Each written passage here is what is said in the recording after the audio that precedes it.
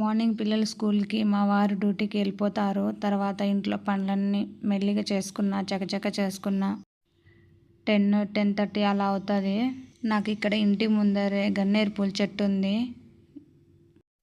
ఊళ్ళో లాగే తెంపుకొని రావడం, పూజ చేయడమే. ఇక్కడ కూడా ఎక్కువగా పూజలు, వ్రతాలు అంటూ ఏం లేవు.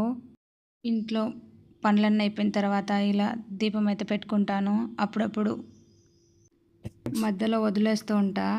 చూడండి, నాలాగా హైట్ తక్కువ ఉంటే రోజులో ఏదో ఒక చిన్న ప్రాబ్లం అయితే వస్తూ ఉంటుంది. ఒక్కొక్కసారి అనిపిస్తుంది బయటకు వెళ్ళి జాబ్ చేసే ఆడవాళ్ళు ఎంత స్ట్రెయిన్ అవుతారో అనేసి.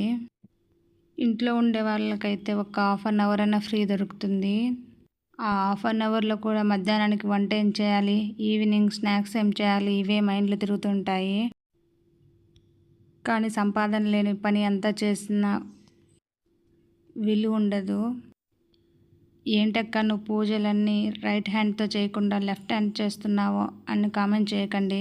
వీడియో ఆపోజిట్ ఏరియాలో షూట్ అవుతుంది కాబట్టి నేను ఈ వీడియో అప్లోడ్ చేసేటప్పుడు చూశాను.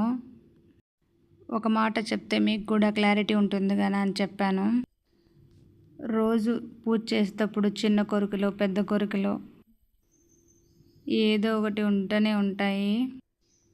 నేను కూడా యూట్యూబ్లో సక్సెస్ అవ్వాలి, నాకు కూడా సిల్వర్ బటన్ రావాలి అని. అవి జరగాలంటే మీ చేతుల్లోనే ఉంది. నా వాయిస్ రియల్గా కొద్దిగా బాగానే ఉంటుంది, కానీ ఫోన్ మాట్లాడేటప్పుడు ఇలా వీడియోస్కు వాయిస్ చెప్పేటప్పుడు నా వాయిస్ ఏంది ఇలా ఉంది అనిపిస్తూ ఉంటుంది. ఇంతకీ నా వాయిస్ ఎలా ఉందో ఒక కామెంట్ చేయండి ప్లీజ్.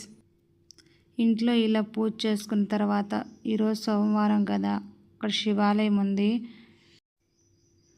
వెళ్దామని బయలుదేరాను. నేను ఆర్మీ ఏరియాలో 6-7 ఇయర్స్ ఉన్నాను, కానీ ఇక్కడ శివుని గుడిలో ఉన్నంత రష్ ఎక్కడా చూడలేదు. మన సైడ్ లాగా పూజారులు, పంతులు ఇక్కడ ఏమి ఉండరు. వెళ్ళడం మన ఓన్గా పాలు, వాటరు ఏమైనా పూజ చేసుకోవచ్చు. పూజ చేసుకునే వాళ్ళు పూజ చేస్తున్నారు. గుడికి వచ్చిన వాళ్ళు కొంతమంది క్లీన్ కూడా చేస్తున్నారు. ఎందుకంటే మార్నింగ్ 4 నుంచే స్టార్ట్ అవుతారు గుడికి వెళ్ళడము. పాలు, పెరుగు శివునికి అభిషేకం చేస్తారు కాబట్టి ఈగలు ఎక్కువ వస్తాయి. అందుకు నేను వెళ్ళే టయానికి కొంతమంది ఆడవాళ్ళు క్లీన్ చేస్తున్నారు. నేను మాత్రం పూజ చేసుకొని వచ్చేసాను. ఎందుకంటే ఇంటి దగ్గర పాలాయన వస్తాడు, డోర్ లాక్లో ఉంది, ఎక్కడికో బయటకు వెళ్ళారని వెళ్ళిపోతాడు కదా. గుడికి ఇంటికి దగ్గరే ఉంది ప్లేస్, కానీ గుళ్ళో ఉంటే వినిపించదు. గంట కొడుతూ పూజలు చేస్తుంటారు కాబట్టి ఆ సౌండ్స్కి నేను ఇంటికి అలా వెళ్ళానో లేదో పాలాయన కూడా వచ్చేసాడు. పాలు తీసుకొని స్టవ్ మీద పెట్టేశాను. ఇవాళ పిల్లల బాక్స్ కోసం ఉగ్గాని చేశాను. ఇలా పనులను చేసుకొని పూజ చేసుకొని తర్వాత తీరిగ్గా కూర్చొని బ్రేక్ఫాస్ట్ చేస్తాను నేను.